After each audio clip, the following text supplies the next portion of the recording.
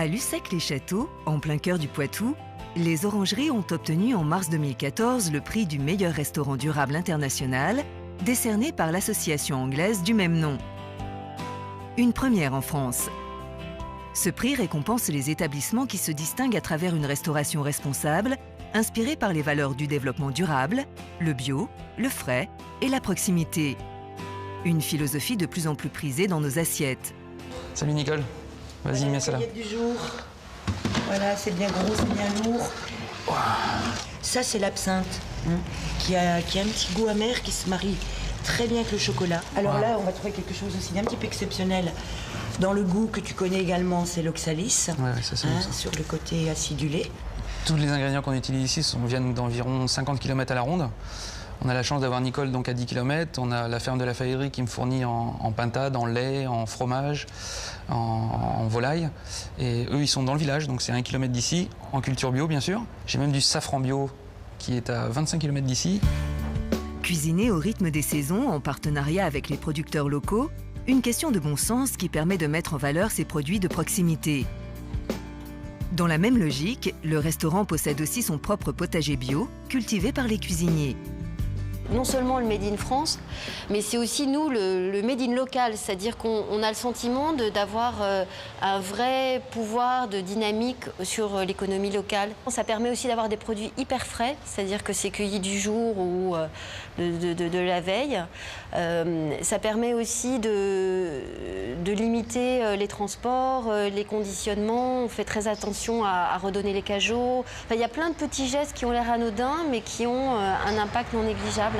Et pour éveiller les consciences, Olivia tient à informer ses clients de sa démarche. Tout est indiqué sur le menu. Donc on voit qu'ici, nous, on est à 100% quasiment de local. On est aussi quasiment à 100% de bio. On a tous le pouvoir, à notre niveau, de décider ce qu'on met dans notre assiette. Ça, c'est une grande liberté, puis en même temps, c'est une responsabilité de chacun. Proposer une gastronomie plus durable, c'est également devenu un engagement pour Cyril Aouizerat. Après New York et la Cité de la Mode à Paris, il vient d'ouvrir son 3e restaurant 100% végétarien au cœur du Marais. Au menu, des burgers, des hot dogs ou des wraps. Tous les plats sont faits maison avec des produits frais. Il n'y a aucun produit animal dans Bob, donc ni lait, ni œufs, ni viande, ni poisson. Et là, on est sur notre star qui est le Deluxe, une aubergine qui est frite, et puis une tomate, une salade, une petite sauce et notre pain. On a un pain qui est fait avec une base de farine de maïs. Là, on a un steak qui fait 150 grammes. C'est uniquement des légumes, donc c'est du riz. Il y a un peu de maïs, des champignons rôtis. Cet ancien carnivore est devenu végétarien il y a quelques années, à la suite d'une prise de conscience de notre impact sur l'environnement. La première cause du réchauffement climatique, c'est l'élevage. Et pour produire 1 kg de bœuf, on sait qu'il faut à peu près 15 000 litres d'eau. Quand on prend uniquement ces sujets de réchauffement climatique et de l'eau, il est comme une évidence que de changer notre comportement alimentaire est l'unique solution radicale à réaliser donc tout de suite. Pour revisiter ces grands classiques de la cuisine américaine et en faire des plats gourmands, Cyril a collaboré avec les chefs étoilés Alain Sandrins et Neil Arden. L'idée est de s'adresser à un public le plus large possible. Bob, encore une fois, n'est jamais dans la culpabilisation du discours. Une de nos phrases d'ailleurs, c'est Vegetarian food for carnivores. Vraiment, l'idée, c'est toujours d'essayer d'attirer un sourire parce que je sais qu'on arrive à convaincre les gens par le goût, d'abord, c'est quand même le premier point, et puis par un discours qui n'est pas un discours militant. Lorsqu'on laisse plus de place aux végétaux, il est important de bien savoir les cuisiner. Gilles Davot est consultant et formateur en cuisine durable. Auteur d'un manuel de cuisine alternative, il propose de réduire ou supprimer les protéines animales et de repenser ses habitudes alimentaires à partir de produits sains et bio. Et les produits bio sont chers, on paye le prix d'une valeur, d'un travail.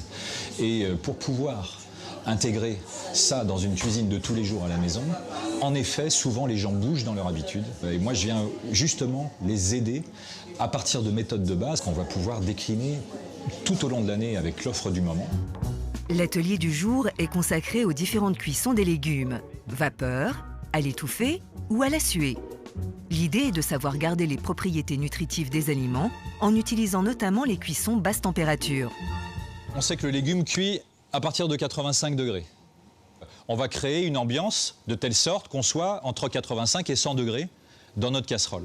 Pour cela, rien de tel que la cuisson à l'étouffée. On place d'abord au fond les bulbes, comme les oignons et poireaux, qui dégageront leurs arômes en compotant. Au-dessus, les légumes-fruits comme la courgette.